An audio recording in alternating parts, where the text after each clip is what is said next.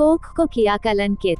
गुजरात के जिला खेड़ा के इंडस्ट्रियल एरिया नडियाद और आणंद में ऐसे कई अस्पताल हैं जो निस्संतान दंपतियों को सरोगेसी मदर किराए की कोख यानी जो दूसरे के बच्चे को अपनी कोख में पालती हैं की व्यवस्था करते हैं। आणंद के एक ऐसे ही निजी अस्पताल में मायाबेन दाबला काम करती थी। लगातार एक ही अस्पताल में काम करने की वजह से मायाबेन की ऐसी तमाम महिलाओं से जान पहचान हो गई थी जो अपनी कोख किराए पर देती थीं। इस तरह का काम बहुत गरीब महिलाएं करती हैं जिन्हें पैसे की बहुत ज्यादा जरूरत होती है या फिर कोई बहुत करीबी रिश्तेदार महिला करती है जिसे अपने उस रिश्तेदार की बहुत फिक्र होती है। रिश्तेदार महिला तो अपने रिश्तेदार के लिए इस तरह का काम करती है, पर जो महिलाएं पैसा लेकर किसी अन्य का बच्चा अपनी कोख में पालती हैं, उनके लिए यह एक तरह का धंधा होता है। वे तब तक ये काम करती रहती हैं जब तक उनका शरीर साथ देता है। निस्संतान दंपतियों को, जो हर तरफ से निराश हो चुके होते हैं, उन्हें इस तरह की औरतों की तलाश रहती है। पर वे किससे कहें कि मेरे लिए तुम अपनी कोख में मेरा बच्चा पाल दो। हर किसी से या किसी अनजान से तो इस तरह की बात कही नहीं जा सकती। इसलिए इस तरह के लोग किसी दलाल के माध्यम से ऐसी महिलाएं तलाशते हैं। मायाबेन की इस तरह की अनेक महिलाओं से जान पहचान हो गई थी, इसलिए वह निस्संतान दंपतियों और इस तरह की महिलाओं के बीच दलाली का भी काम करने लगी थी। इसके अलावा कभी भी ऐसा भी होता था कि निस्संतान दंपति खुद अपने साथ अपने गांव की या किसी परिचित के माध्यम से किसी गरीब महिला को पैसे का लालच देकर सरोगेट मदर के लिए लेकर आते थे। मायाबेन ऐसी महिलाओं से जान पहचान बनाकर उन्हें आगे किसी जरूरतमंद के लिए तैयार कर लेती थी। ऐसी ही महिलाओं से सरोगेट मदर के लिए अन्य गरीब महिलाएं भी मिल जाती थीं। इस तरह मायाबेन को नौकरी से जो वेतन मिलता था वह तो मिलता ही था, इस तरह की दलाली से भी उसे अच्छी कमाई हो जाती थी। कहते हैं इंसान बड़ा लालची होता है, उसे कहीं से 4 पैसे मिलने की उम्मीद होती है तो वह लालच में ये भी नहीं देखता कि वे 4 पैसे उसे सही रास्ते से मिल रहे हैं या गलत रास्ते से। उसे तो बस वे पैसे चाहिए। ऐसा ही कुछ मायाबेन के साथ भी हुआ। कुछ कमाई अलग से करने के चक्कर में मायाबेन सरोगेट मदर और निस्संतान दंपतियों के बीच दलाली करते करते वह बच्चे बेचने का काम भी करने लगी। वह ऐसे निस्संतान दंपतियों को बच्चे भी बेचने लगी जो किसी भी रूप में बच्चा पैदा करने लायक नहीं होते थे। हमारे यहाँ बच्चा गोद लेना भी आसान नहीं है, जबकि हर कोई अपना वारिस चाहता है।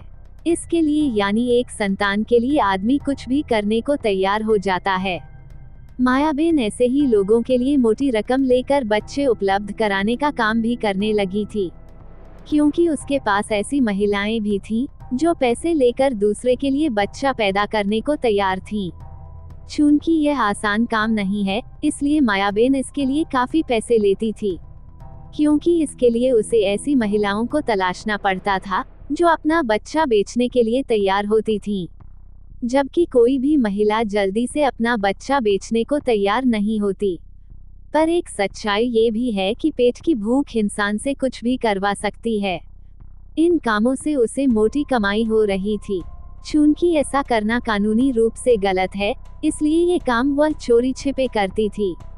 पर कोई भी गलत काम लगातार कितना भी चोरी छिपे किया जाए, उसकी जानकारी लोगों को हो ही जाती है। ऐसा ही मायाबेन के इस काम के बारे में भी हुआ।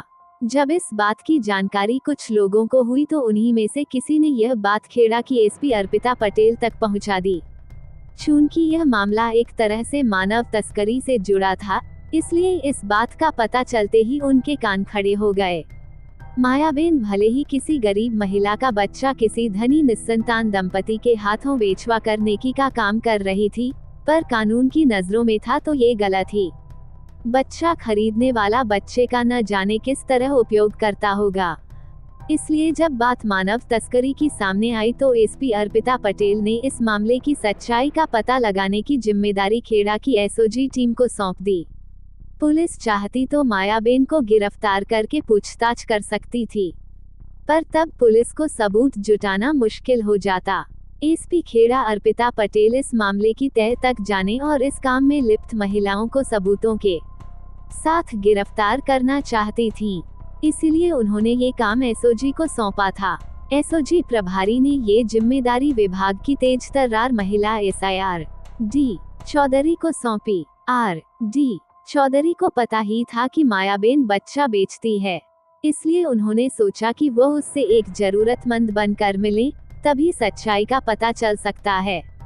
इसके लिए उन्होंने अपने साथ 2 महिला सिपाहियों को लेकर बच्चा बेचने वाले रैकेट की मुखिया मायाबेन लालजीभाई दाबला निवासी 104 कर्मवीर सोसाइटी PG रोड नडियाद से मिलने की कोशिश शुरू कर दी।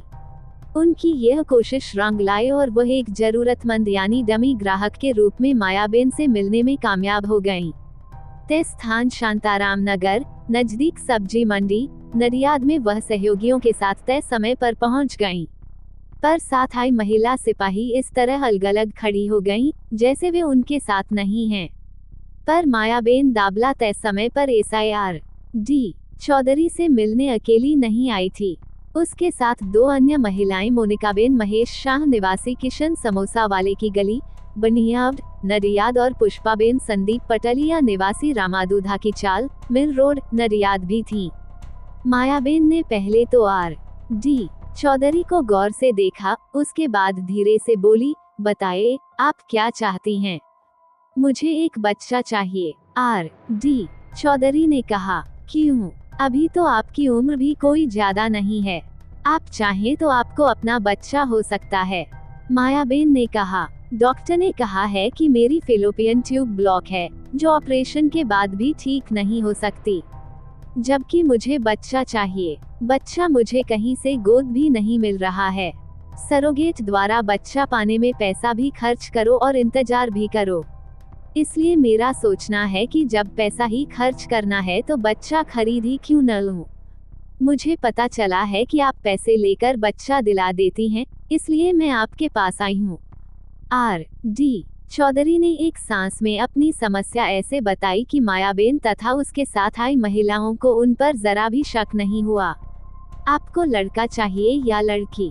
मायाबेन ने पूछा। मतलब डमी ग्राहक बनी SIR डी चौधरी ने जवाब देने के बजाय सवाल किया। मतलब ये कि लड़का चाहिए तो उसके लिए अधिक पैसे लगेंगे, लड़की कम पैसों में मिल जाएगी। लड़के के लिए कितने रुपए देने होंगे? RD चौधरी ने पूछा। लड़के के लिए पूरे 6 लाख रुपए देने होंगे। अगर आपको लड़का चाहिए तो आप 6 लाख रुपए की व्यवस्था कीजिए, आपको लड़का अभी मिल जाएगा, मायाबेन ने कहा। डमी ग्राहक बनकर RD चौधरी ने हामी भर दी तो मायाबेन ने कहा, ठीक है, आप पैसे की व्यवस्था कीजिए, मैं बच्चा मंगा रही हूँ, मैंने पैसों की व्यवस्था कर रखी है, आप बच्चा मंगाए, मैं देखूंगी भी तो, बच्चा पसंद आ गया तो सारे पैसे एकमुश्त देकर बच्चा ले लूंगी, RD चौधरी ने कहा। सब कुछ तय हो जाने के बाद मायाबेन ने फोन किया तो एक महिला एक नवजात बच्चा लेकर आ गई। उस महिला के आते ही RD चौधरी ने अपनी पूरी टीम बुला ली और चारों महिलाओं को गिरफ्तार कर लिया। पूछताछ में पता चला कि वो बच्चा उसी महिला का था।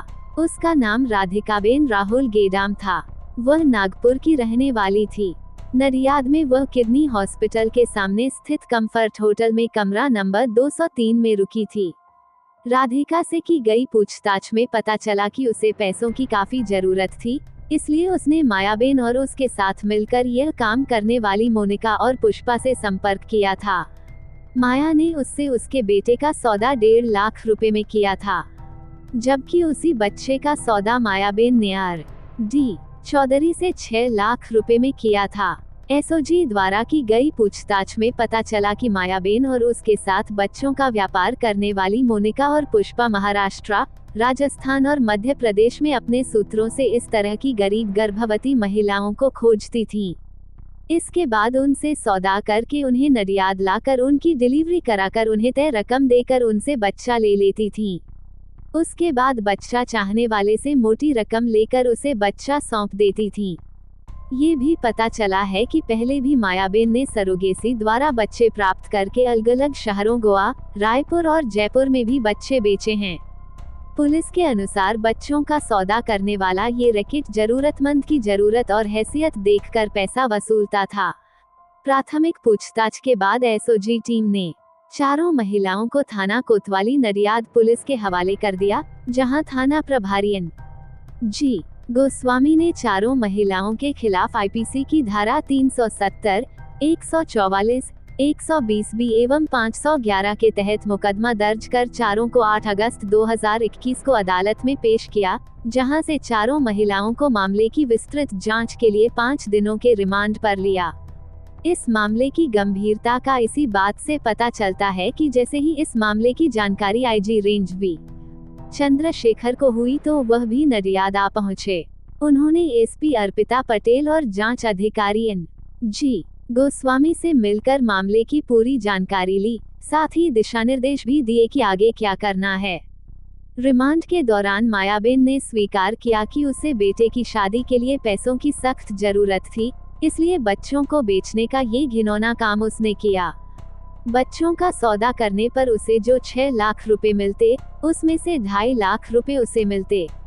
बाकी के 3.5 लाख रुपए में से 1.5 लाख बच्चे की मां को और 1-1 लाख रुपए मोनिका तथा पुष्पा को मिलते। पुलिस ने उनसे उन लोगों के बारे में पता लगाने की कोशिश की, जिन को उन्होंने बच्चे बेचे थे, पर उनसे कुछ हासिल नहीं हो सका। पुलिस डीएनए जांच कराकर यह भी पता करेगी कि जिस बच्चे का सौदा किया गया था, वह राधिका का ही है या किसी और का। रिमांड के दौरान जांच में सहयोग न मिलने की वजह से पुलिस इस मामले में और ज्यादा जानकारी नहीं जुटा पाई।